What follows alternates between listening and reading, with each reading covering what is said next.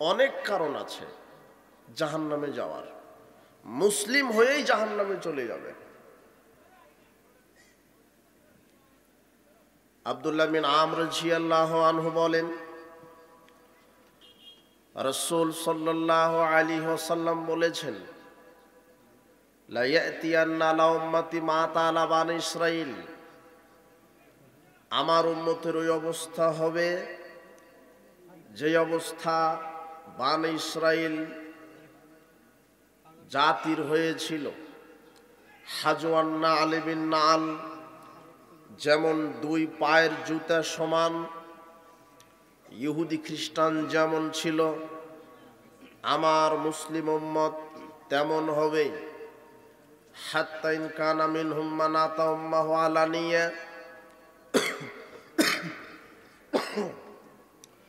যদি ইহুদি খ্রিস্টানের মধ্যে এমন লোক পাওয়া যায় যে তার মায়ের সাথে জেনা করে, লাকানা ফি উম্মতি মা ইয়াসনাউ যালিক, অবশ্যই অবশ্যই মুসলিম উম্মতের মধ্যেও পাওয়া যাবে যারা মায়ের সাথে জেনা করার মতো পাপ করবে। এই বাক্যটা আমি সামনের দিকে আপনাকে বুঝাবো যে মুসলিম জাতি মায়ের সাথে জেনা করার মতো পাপ করে নাকি করে না, এটা সামনে আসবে ইনশাআল্লাহ। তবে এই হাদিসটা ইবারত করার মূল উদ্দেশ্য এটাই, রাসূল সাল্লাল্লাহু আলাইহি ওয়াসাল্লাম বলছেন, ইন্না বানি ইসরাঈলা তাফাররাকাত আলা সিনতাইন ওয়া সাবিনা মিল্লাতান, বানি ইসরাইল জাতি বিভক্ত হয়েছিল ৭২টি ফিরকায়, কাতারে। ওয়া তাফতারিকু উম্মতি আলা সালাসি ওয়া সাবিঈনা মিল্লাতান, আর মুসলিম উম্মতেরা বিভক্ত হবে ৭৩টি ফিরকায়, ৭৩টি কাতারে। কাতার বুঝেন তো আপনারা? আমরা সালাতে দাঁড়াই কাতারবদ্ধভাবে, তো ২ কাতার, ৩ কাতার, ৪ কাতার, ১০ কাতার। তো এরকম বিচারের মাঠে যখন মুসলিমরা উঠবে তাদের কাতার হবে কতটি? ৭৩টি। কুল্লুহুম ফিন্নার, ৭২ কাতার মুসলিম জাহান্নামে যাবে। কত কাতার? তার মানে মুসলিমরাই জাহান্নামে যাচ্ছে। তার মানে এই মুসলিমরা জাহান্নামে যাওয়ার মতো পাপ করেছে, যার কারণেই জাহান্নামে চলে যাবে। ইল্লা মিল্লাতান ওয়াহিদাতান, এক ফিরকা, এক কাতার মানুষ বিচার মাঠে সরাসরি জান্নাতে যাবে। ক্বালু মান হিয়া ইয়া রাসূলুল্লাহ, সাহাবীগণ জিজ্ঞাসা করলেন তারা কারা? রাসূল সাল্লাল্লাহু আলাইহি ওয়াসাল্লাম বলছেন, মা আনা আলাইহি আসহাবী, যারা আমি মুহাম্মদ সাল্লাল্লাহু আলাইহি ওয়াসাল্লাম এবং আমার সাহাবার নীতি আদর্শে জীবন পরিচালনা করবে, তারাই হবে বিচার মাঠে সরাসরি জান্নাতি ফিরকা। আপনার সার্বিক জীবন যদি রাসূল সাল্লাল্লাহু আলাইহি ওয়াসাল্লাম এবং সাহাবায়ে কেরাম তাদের নীতি আদর্শে পরিচালিত হতে পারেন, তাহলে আপনি জান্নাতি মানুষ। আর যাদের সার্বিক জীবন রাসূল সাল্লাল্লাহু আলাইহি ওয়াসাল্লাম এবং সাহাবাদের নীতি আদর্শে পরিচালিত হবে না, তারা বিচার মাঠে ক্ষতিগ্রস্তদের অন্তর্ভুক্ত হবে। ৭২ ফিরকা মুসলিম জাহান্নামে যাবে। তারা জাহান্নামে যাওয়ার মতো পাপ করবে বলেই যাবে। আল্লাহ অন্যায় করে, জুলুম করে মানুষকে জাহান্নামে দিবেন না। পৃথিবীতে জাহান্নামে যাওয়ার মতো অনেক পাপ আছে যেটা মানুষ করে থাকে। তার মধ্যে হারাম ভক্ষণ করা জাহান্নামে যাওয়ার কারণ। মুসলিম হয়েও জাহান্নামে যাবে যারা, যারা পিতামাতার অবাধ্য সন্তান, যারা পিতামাতার নাফরমানি করে, পিতামাতাকে কষ্ট দেয়, এরা জাহান্নামে যাবে। এরপরে মুসলিম হয়ে জাহান্নামে যাবে কারা? যারা আত্মীয়তার সম্পর্ক ছিন্ন করে, ভাই ভাইয়ের সাথে সম্পর্ক ছিন্ন করে, সন্তান বাপের সাথে সম্পর্ক ছিন্ন করে, সন্তান মায়ের সাথে সম্পর্ক ছিন্ন করে, রক্তের সম্পর্কীয় আত্মীয়দের সাথে যারা সম্পর্ক ছিন্ন করে, বিদ্বেষ রাখে, শত্রুতা স্বভাব সৃষ্টি করে, এরা মুসলিম হওয়ার পরেও জাহান্নামে যাবে। রাসূল সাল্লাল্লাহু আলাইহি ওয়াসাল্লাম বলছেন, লা ইয়াদখুলুল জান্নাতা কাতিউন, আত্মীয়তার সম্পর্ক ছিন্নকারী জান্নাতে যেতে পারবে না। মুসলিম হয়েও জাহান্নামে যাবে কারা? যারা আত্মীয়তার সম্পর্ক ছিন্ন করে। এরপরে মুসলিম হয়েও জাহান্নামে যাবে কারা? যারা প্রতিবেশীকে কষ্ট দেয়, মুখের মাধ্যমে, হাতের মাধ্যমে, জমি জায়গা আত্মসাৎ করে, প্রতিবেশীকে পিটিয়ে, প্রতিবেশীর গীবাত করে, যারা প্রতিবেশীকে এইভাবে কষ্ট দেয় তারা জাহান্নামে যাবে। আবু হুরায়রা রাদিয়াল্লাহু আনহু বলছেন, ক্বালা রাসূল ইয়া রাসূলুল্লাহ, এক ব্যক্তি রাসূল সাল্লাল্লাহু আলাইহি ওয়াসাল্লামকে জিজ্ঞাসা করলেন, ইন্না ফুলানাতা তুযকারু মিন সালাতিহা কাসরাতিস সালাতি ওয়া সিয়ামিহা সাদাকাতিহা। এক ব্যক্তি রাসূল সাল্লাল্লাহু আলাইহি ওয়াসাল্লামকে বলছেন, ইয়া রাসূলুল্লাহ, আমি অমুক মহিলা সম্পর্কে জানি, যেই মহিলা খুব বেশি বেশি সালাত আদায় করে, বেশি বেশি সিয়াম পালন করে, বেশি বেশি দান সদকা করে, গায়রা আন্নাহা তুজি লিসানিহা বিজিরানাহা, তবে মহিলাটি বেশি বেশি প্রতিবেশীকে কষ্ট দেয়, মুখের মাধ্যমে গীবাত করে, সমালোচনা করে, অভিশাপ দেয়, মানুষকে গালি দেয়। রাসূল সাল্লাল্লাহু আলাইহি ওয়াসাল্লাম বলছেন, হিয়া ফিন্নার, মহিলা যতই সালাত সিয়াম হজ যাকাত আদায় করুক, মহিলার থাকার জায়গা জাহান্নাম। প্রতিবেশীকে কষ্ট দিলে থাকার জায়গা কি? জাহান্নাম। পিতামাতাকে কষ্ট দিলে থাকার জায়গা কি? জাহান্নাম। আত্মীয়তার সাথে সম্পর্ক ছিন্ন করলে থাকার জায়গা কি? জাহান্নাম। এগুলি জাহান্নামে যাওয়ার এক একটা কি কারণ। মানুষকে অন্যায়ভাবে হত্যা করলে থাকার জায়গা জাহান্নাম। কৃপণতা যদি করেন, অর্থ সম্পদ জমিয়ে রাখছেন, আল্লাহ রাস্তায় খরচ করছেন না, আল্লাহ বলছেন ওয়াইলুল লিকুল্লি হুমাযাতিল লুমাযা, যারা সামনে মানুষকে গালি দেয়, পিছনে গীবত করে, তাদের থাকার জায়গা জাহান্নাম। তাহলে গীবত করার পরিণাম কি? জাহান্নাম। আল্লাযী জামা মালা ওয়া আদ্দাদা, যারা ধন সম্পদ জমা করে রাখে আর গণনা করে, ইয়াহসাবু আন্না মালাহু আখলাদা, যারা মনে করে এটা যুগ যুগ ধরে থাকবে, কাল্লা লা ইউমবাদান্না ফিল হুতামা, আল্লাহ বলছেন কখনো নয়, সবকিছু হোতামা হয়ে যাবে। ওমা আদরাকা মাল হুতামা, মুহাম্মদ আপনি কি জানেন হোতামা কি? নারুল্লাহিল মুকাদা, হোতামা হচ্ছে প্রজ্বলিত আগুন। তার মানে যারা ধন সম্পদ জমা করে রাখছেন কৃপণতা করে, এদের থাকার জায়গা কোথায়? জাহান্নাম।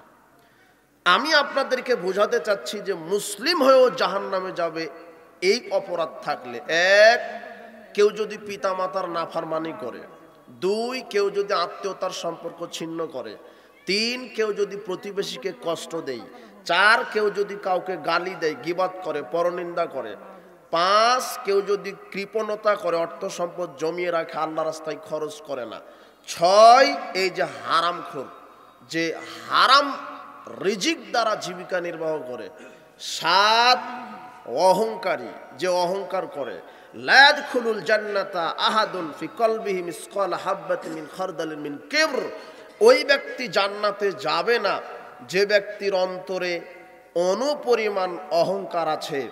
তাহলে জাহান্নামে যাওয়ার আরেকটা কারণ কি? অহংকার করা। মানুষকে মানুষই আপনি মনে করেন না, মানুষকে তুচ্ছ মনে করেন, মানুষকে সম্মান করেন না, মানুষকে আসলে আপনি মানুষই মনে করছেন না। আর যখন সত্যটা আপনার সামনে উপস্থিত, তখন আপনি দাম্ভিকতার সাথে সত্যকে মেনে নিচ্ছেন না। এরা হলো অহংকারী লোক। অহংকারের পরিণাম কি? জাহান্নাম। বলছিলাম জাহান্নামে যাওয়ার অনেক কারণ। ৮ নাম্বার কারণ, যেই মানুষ সাদা দাড়ি চুলে কালো খেজাব ব্যবহার করে।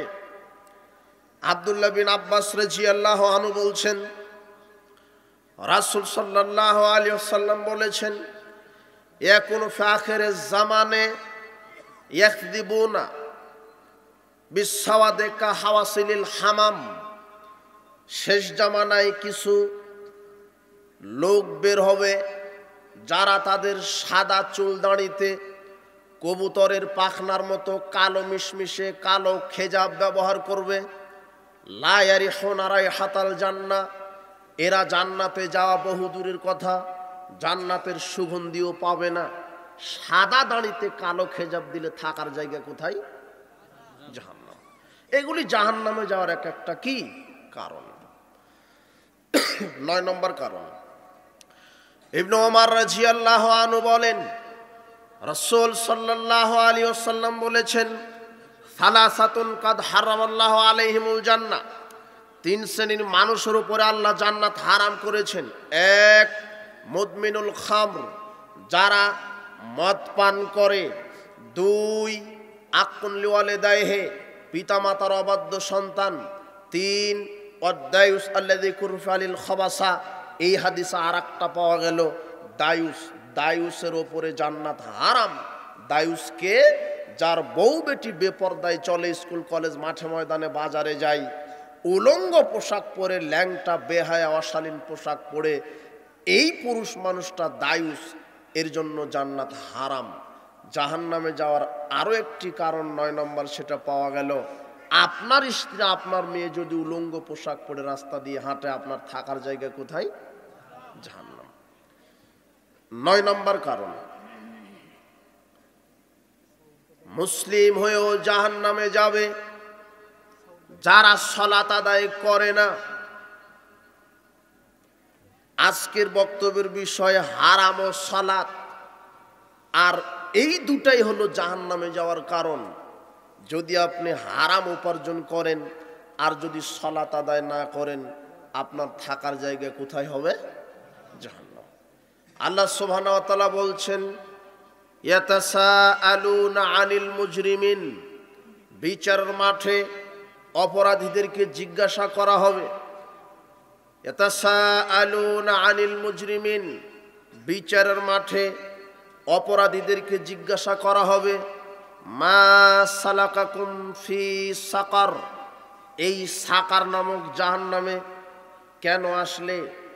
তখন এই জাহান্নামীরা বলবে, ক্বালু লাম নাকু মিনাল মুসাল্লিন, আমরা সালাত আদায় করতাম না। তাহলে জাহান্নামে যাওয়ার আরেকটি কারণ কি? সালাত আদায় না করা। বক্তব্যের বিষয়টা হচ্ছে হারাম উপার্জন আর সালাত, অথচ দুটাই হলো জাহান্নামে যাওয়ার কারণ। যদি সালাত আপনি আদায় না করেন, থাকার জায়গা কোথায়? যদি আপনার রিজিকটা যদি হারাম হয়, থাকার জায়গা কোথায়? জাহান্নাম। মুসলিম হওয়ার পরে এগুলি লোক জাহান্নামে চলে যাবে। বলছিলাম হারাম উপার্জন করার ভয়াবহতা, সময় সাপেক্ষে সালাতের গুরুত্ব ফজিলত আলোচনা করা যাবে। তবে আরেকটি কারণ আপনাকে বলে রাখি, সময় সাপেক্ষে সালাতের উপর আলোচনা হতে পারে, তবে প্রথমে যে হারাম উপার্জন, এই বিষয়ে আপনাদেরকে একটু সচেতন করি। আল্লাহ সুবহানাহু ওয়া তাআলা বলছেন, ইয়া আইয়ুহাল্লাযীনা আমানু, হে পৃথিবীর বিশ্বাসীগণ, কুলু মিন তাইয়্যিবাতি মা রাযাকনাকুম ওয়াশকুরু লিল্লাহি ইন কুনতুম ইয়্যাহু তা'বুদুন। পৃথিবীর বিশ্বাসীগণ, আমি আল্লাহ তোমাদেরকে যেই রিজিক জমিনে দিয়েছি, সেই রিজিক থেকে যেগুলি পবিত্র সেগুলি ভক্ষণ করো আর আমার শুকরিয়া আদায় করো। যদি আমারই ইবাদত করে থাকো, আল্লাহ পৃথিবীতে অনেক রিজিক দিয়েছে, সব রিজিক পবিত্র নয়, অনেক আছে অপবিত্র। গাভীর দুধ, গাভীর গোশ, মাছ, দুধ, ডিম, অনেক পশু প্রাণী, এগুলি পবিত্র। আবার কিছু আছে অপবিত্র, রক্ত, শূকর, কুকুর, এগুলি অপবিত্র, অথচ সবই আল্লাহর পক্ষ থেকে দেওয়া রিজিক। আল্লাহ বলছেন, পৃথিবীতে আমার অনেক রিজিক আছে, এর ভিতরে আল্লাহ খেতে বলছেন পবিত্রটা। কোনটা? পবিত্র। আল্লাহ সুবহানাহু ওয়া তাআলা বলছেন, ইয়া আইয়ুহার রাসূল কুলু মিনাত তাইয়্যিবাত ওয়া'মালুস সালিহা। হে পৃথিবীর নবী রাসূলগণ, তোমরা পবিত্র রুজি ভক্ষণ করো, এরপরে আমলে সালেহ করো। ইন্নী বিমা তা'মালুনা আলিম। তোমরা যা কিছু করো আমি আল্লাহ সব কিছুই জানি, আমি অতীব জ্ঞানী। আল্লাহ পৃথিবীর সমস্ত নবী রাসূলকে ডেকে বলছেন, তোমরা খাওয়ার পূর্বে যেটা পবিত্র সেই জিনিসটা ভক্ষণ করো। এইবারে সারা পৃথিবীর সমস্ত নারী পুরুষকে আল্লাহ বলছেন, মুসলিম বলে কথা নয়, ইহুদি খ্রিস্টান হিন্দু বৌদ্ধ বলে কথা নাই, যার নাম মানুষ তাকে আল্লাহ ডেকে বলছেন, ইয়া আইয়ুহান নাস, হে পৃথিবীর মানব মণ্ডলী, কুলু মিম্মা ফিল আরদে হালালান তাইয়্যিবা। জমিনে আমি যেগুলি রুজি দিয়েছি তার ভিতরে যেগুলি হালাল পবিত্র সেটা ভক্ষণ করো।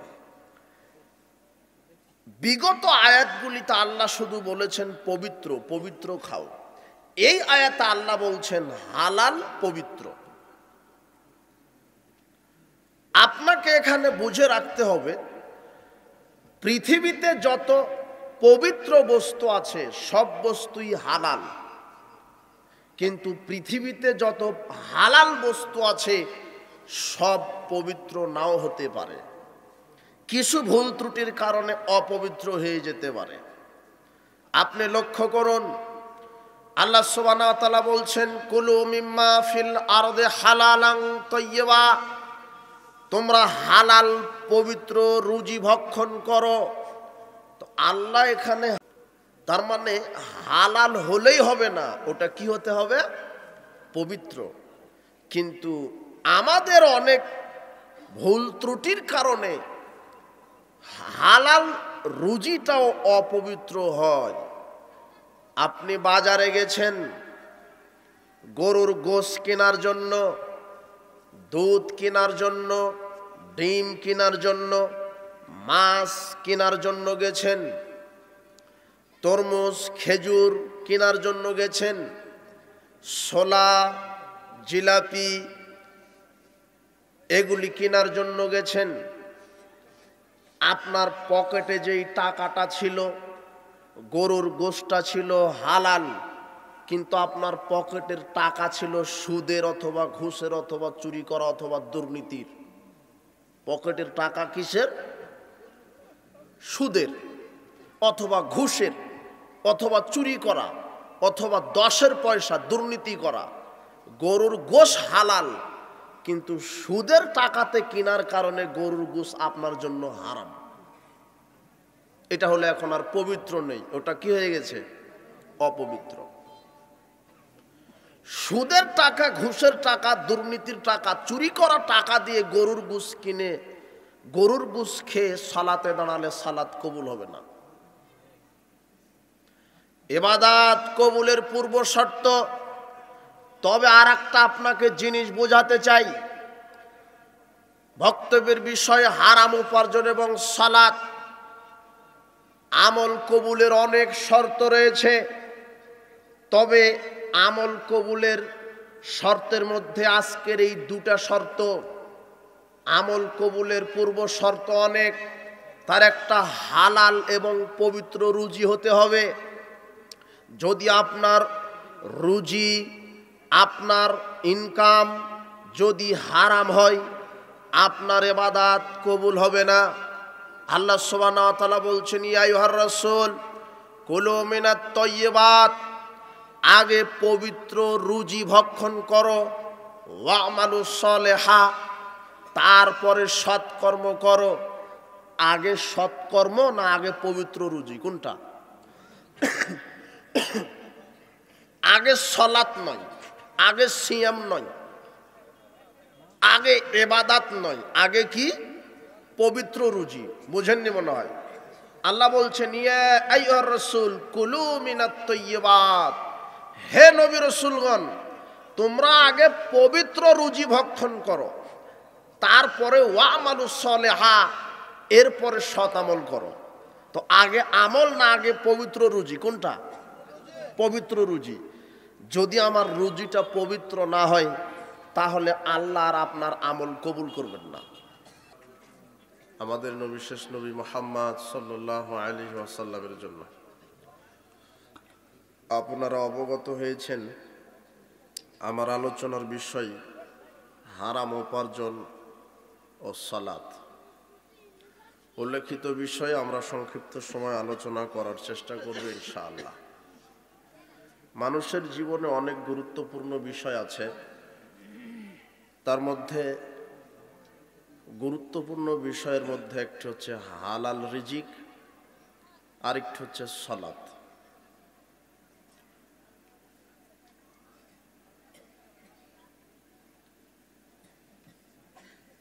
কিয়ামতের মাঠে বিভিন্ন অপরাধের কারণে মানুষ জাহান্নামে চলে যাবে। তো প্রধান যেগুলি কারণ রয়েছে তার মধ্যে দুটি কারণ হারাম উপার্জন এবং সালাত আদায় না করা। আরো অনেক কারণে মানুষ জাহান্নামে চলে যাবে। যাদের ঈমান নেই, যারা বেঈমান, যারা বিজাতি, এরা তো জাহান্নামে যাবে, কেননা এদের ঈমান নেই। কিন্তু মুসলিম হওয়ার পরেও বহু মানুষ জাহান্নামে চলে যাবে জাহান্নামে যাওয়ার মতো অপরাধ করার কারণে।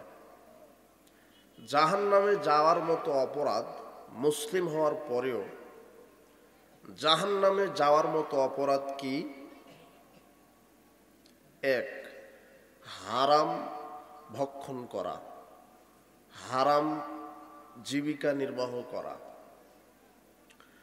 এ ব্যাপারে রাসূল সাল্লাল্লাহু আলাইহি ওয়াসাল্লাম বলছেন লা ইয়াদখুলুল জান্নাতা জাসাদুন গুযিয়া বিল হারাম, ওই দেহ জান্নাতে যাবে না যেই দেহ হারাম খাদ্য দ্বারা গঠিত হয়েছে। তাহলে জাহান্নামে যাওয়ার একটা কারণ আমরা কি পেলাম?